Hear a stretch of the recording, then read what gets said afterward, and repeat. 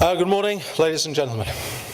I guess it's good to start off with me, because it really convinces you that you're at an international forum. We're not only in Vancouver, you've got somebody speaking with a slightly strange English voice, and he's on the board of the International Federation of Accountants, and he's even got the word international in his presentation title. So you can tick that box. You've been to an international forum.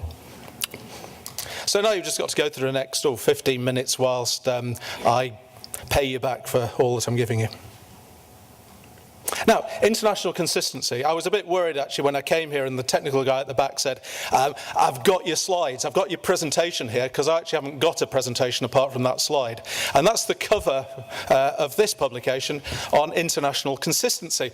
And I thought that, well, you can all read the report, so I won't just give you what you can read when you take it away, and don't worry, we have copies, even a Spanish edition. So I'll do something a little bit different. I'll reflect on international consistency more broadly.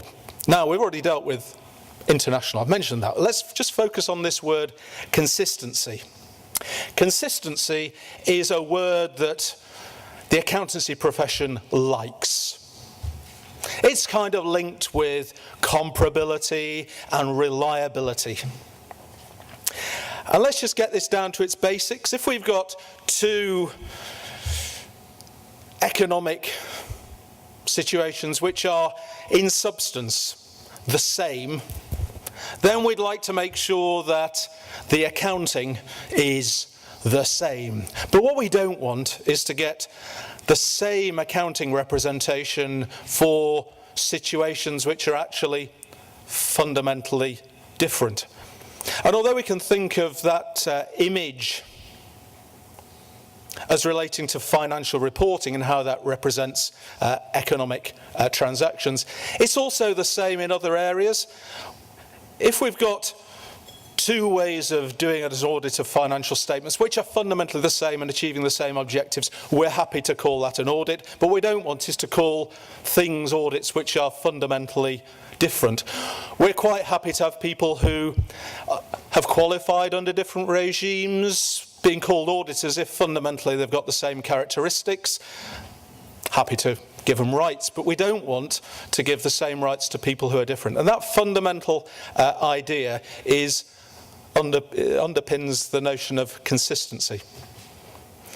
And this desire to get consistency, let's just revert to financial reporting and auditing, it means that we establish obligations to report, but then we specify standards that people should follow when doing that reporting. And then to make sure that they're following the standards they should be doing, we set up obligations to have audits. But to make sure that what we have is really an audit, we have standards for what auditors should be doing and standards for how auditors should be accredited. And we have enforcement regimes checking that all these standards are being applied, because standardisation matters a lot to us. Now, the challenge with international consistency is that most of those standards and most of those expectations around consistency are set at national level. Now here I take a little time out to say I do understand that I'm speaking in the province of British Columbia, and that I think the S in NASBA stands for states. So international must be even more difficult for you, because you kind of have to bring things together even into a nation. But if we just set that aside and say basically we have these standards being set at a national level. And that's not really that helpful when so much business is international and so much of the use of the output of the accountancy profession is done on an international basis. So we've got reporting on international businesses being used by people in different countries. So how do we reassure people that when we're reporting on international businesses, we really have got consistency there? And how do we reassure people looking at reports from different country backgrounds that they can kind of take what they see at face value? Because we've got unfamiliar situations, whether in the business, whether they're in on the investor side. And we get worried, quite rightly, when we're looking at international issues, that we're going to have economically similar situations being described differently, which we don't like, or that we're going to have economically different situations being given the same description, and we don't like that either. And given that consistency is fundamental to confidence and reliability and comparability, that's pretty upsetting. And it seems to me that as a profession, we have internationally to take this seriously. And it's not that we're just kind of obsessed with international standards. I mean, international standards are not what this is about. What it's about is about enabling international business to be conducted and for the world to get the economic benefits of specialisation and international division of labour and trade to secure those benefits without nasty shocks. And that's why when I sort of propose a solution, a way of responding to these challenges, I'm not just going to be a guy from the UK or IFAC who says, and so what we should have is international standards, because that in itself doesn't address those fundamental economic issues.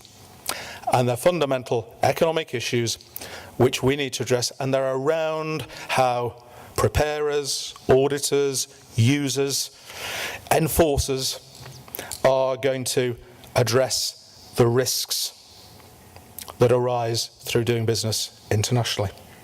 So when I look at the way of addressing those risks, I'll talk about three main steps. The first one is a pretty simple one. We're kind of doing it now. It happens a lot in professional circles, regulatory circles within the firms and with international businesses, that what happens is people interact. They share. They exchange information. They travel. They experience diversity. You can't just do this by email. You actually have to get familiar with the issues.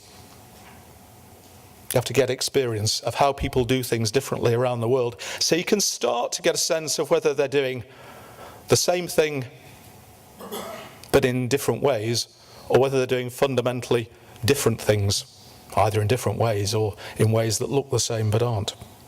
So that's the first step. So that's great because you're doing that all today, so you don't need to feel guilty. You're in an international forum and you're doing the right first thing to start to address these issues. Secondly, you need to understand the risks that differences between countries pose for international business. And this can be a little bit more sensitive. And it's really what's at the heart of this report. It goes through talking about the real substantive risks. And these aren't about issues that can just be magicked away by international standards. There are differences between countries in terms of the quality of economic governance, the nature of business relationships, the strength of their legal systems, the quality of record keeping, the extent of management authority, the expectations that people have of secrecy, and the degree of professionalisation of accounting and auditing. Those are different in different countries, and those issues lie at the heart of whether we're going to trust things which are reporting on international businesses and trust what other countries are saying to us. And if we're going to respond to those risks, and going back to my fundamental point, decide whether we've got different things which are essentially the same, or things which kind of look the same but they're really different, then we're going to have to think about how we adapt standards to cope with international diversity. First of all, we need standards that can handle differences, different ways of doing things in different countries. And that will involve having a degree of flexibility, a degree of adherence to overall principles about outcomes, which might be difficult. But it's going to look a little bit different from just having a set of purely national standards based upon purely national considerations of what we are used to in our country. So there'll be a degree of flexibility. There has to be in standards which deal with international business. But we're also going to have to draw certain lines. You can accept to a certain point that, well, people just do things differently, but they're achieving the same result. And other circumstances where you say, no, that's just not the same. That is corruption, or that needs to be disclosed, or that is not an asset. And these are going to be harsh decisions based upon really robust internationally applied standards. Now, for that sort of standards regime, for most countries, just as a matter of economics, they're going to have to look to international standards. And ICAW is a long-standing supporter of those international standards that have emerged and under constant development.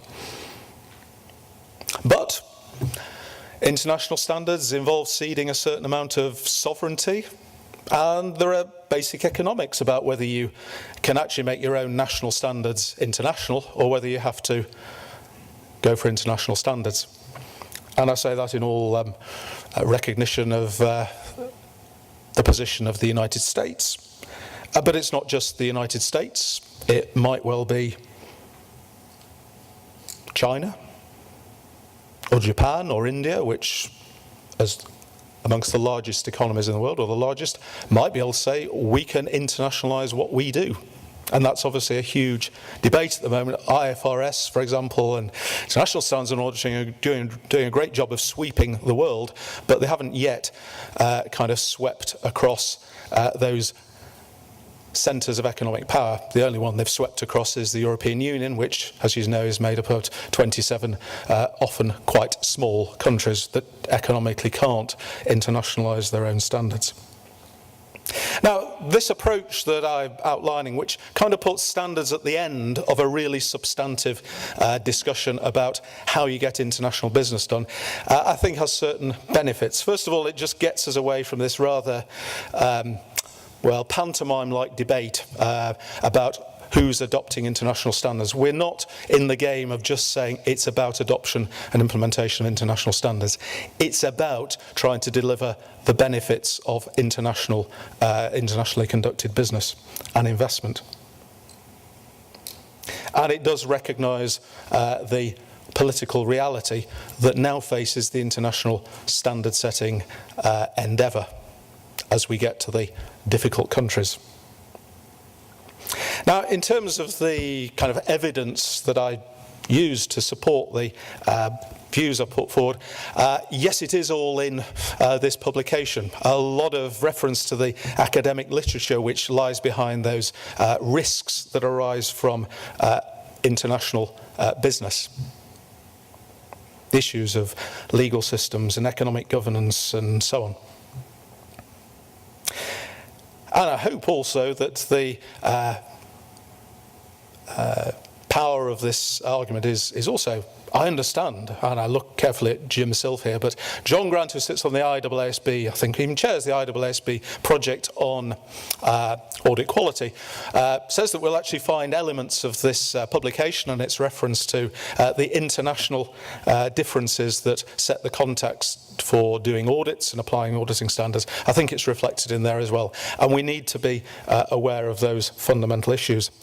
There is also a really burgeoning literature now around the application of IFRS around the world, a lot of which is summarised in a edition of a journal, Accounting and Business Research, which ICAW sponsored and just been published on the global experience of applying IFRS, which makes the point that research by a number of researchers across the field that IFRS only gets you so far.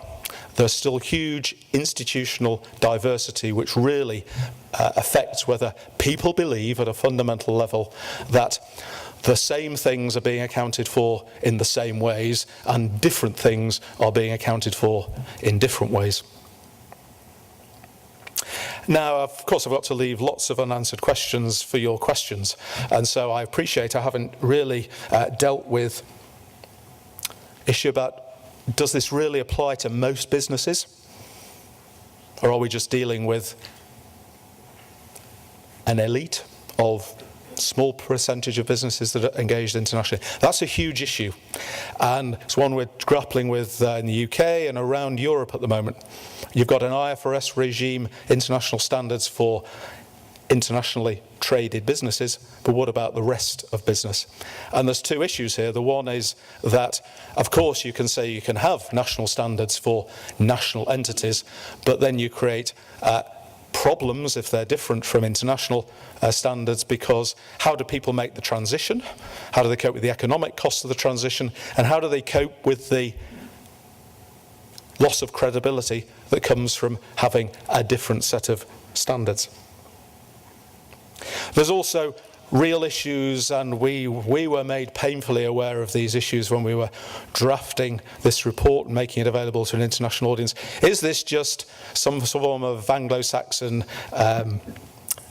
colonialism, imperialism? Are you just really just dressing all this stuff up, but it's just about saying the UK and the United States and a few other countries, oh, maybe Canada as well, they do things properly, and we'll just internationalise on that basis? Well, I have to say, leaving the UK at the moment, don't particularly feel that I want to lecture people on ethics.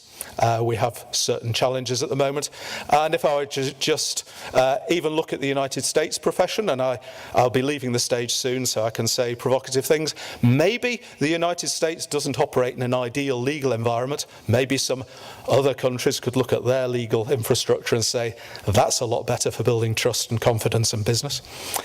And maybe even the US auditing profession isn't a model for everyone.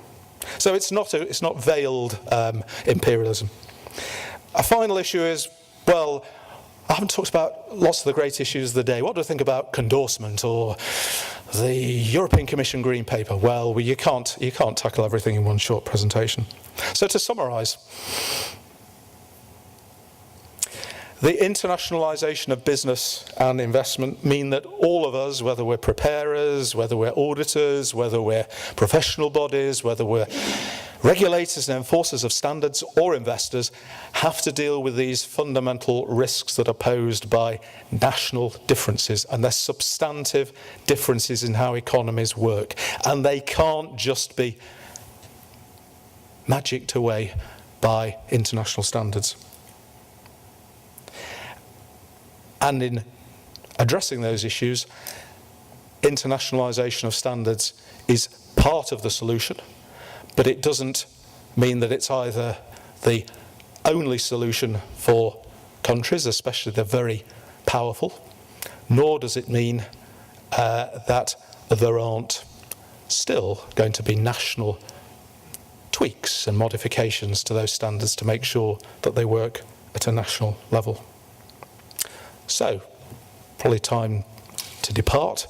My 20 minutes is up, but I can encourage you all to just carry on doing what you're doing, because go back to my very first point, the first step in addressing these issues is for us all to get together and talk, share experience of how things are done differently in different places, because we can't tackle issues of international consistency by email. Thank you all very much.